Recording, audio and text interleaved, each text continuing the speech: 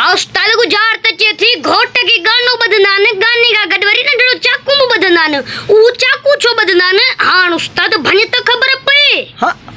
घोट के गानो बदनान गाने मलवरी न चाकू बदनान चाकू बदनान वो चाकू छो बदनान चाकू यार असां वारे दौर में त गाने सां गॾु खाली गानो बदंदा हुआ ऐं चाकू बाकू त कोन हो हाणे वरी इहो चाकू जो रवाज थियो चाकू छो जा बदन चाकू मरी वई गुज़ार त पहिरें धक में गुज़ार त मरी वई हा इन उस्ताद ये बस अटकाई मां खिलाणी है गुजार त पेरे धक में मरी गोल गोल अरे बाबा वो हीअं न घोट हूंदो बकराड़ बकरी बकरी चारींदो हूंदो हुनखे टाइम न मिलियो हूंदो न त उहो चाकू हुन लाइ ॿधंदा आहिनि जीअं हू पंहिंजे नुंहंनि जी सफ़ाई करे नुंहं कटण जे लाइ ॿधंदा हूंदा नुंहंनि जे लाइ ईअं आहे न नुंहं कटणी न आहे जापो अञा बचे हा अञा बचे पोइ छा जे लाइ ॿधंदा नुंहं कटण बि न आहे नुंहं कटण बि न आहे पोइ छा जे लाइ ॿधंदा आहिनि घोट खे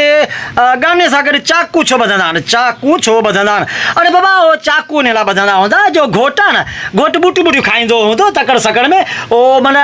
तीली हथ न अचे न त वरी उहो ॾाठो खोटे सघे चाकू जी चुंभ सां माण्हू ॾाठो थो खोटे इन करे चाकू नंढड़ो ॿधंदा हूंदो सौण जे लाइ ईअं आहे बचसे अञा बचे पोइ छा आहे इहो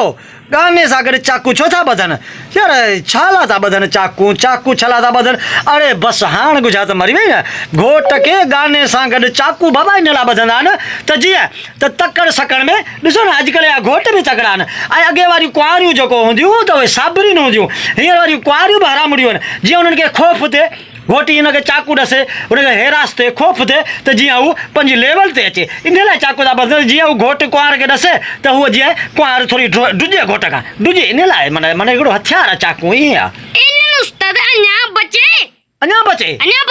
अञा बचे वाह सही वाह घोट खे गाने सां गॾु नंढड़ो चाकू छा लाइ ॿधंदा चाकू छा जे लाइ ॿधंदा अरे बसि हाणे गुज़ार त मरी वई न अरे बाबा उहो चाकू इन लाइ ॿधंदा आहिनि त जीअं घोट को निभागो हूंदो या राति हूंदी उन घर में घोट जे घर में लाइट न हूंदी त कुदरती का अगठ खे ॻंढियूं ॿ टे अची थियूं वञनि त जीअं हू चाकू घोट जी जेका अगठ वारी ॻंढ आहे न हू चाकू सां ईअं मिंट में तोड़े हू पंहिंजो कमु टिपाए वञे पंहिंजो कमु टिपाए वञे तॾहिं चाकू ॿधंदा आहिनि चरिया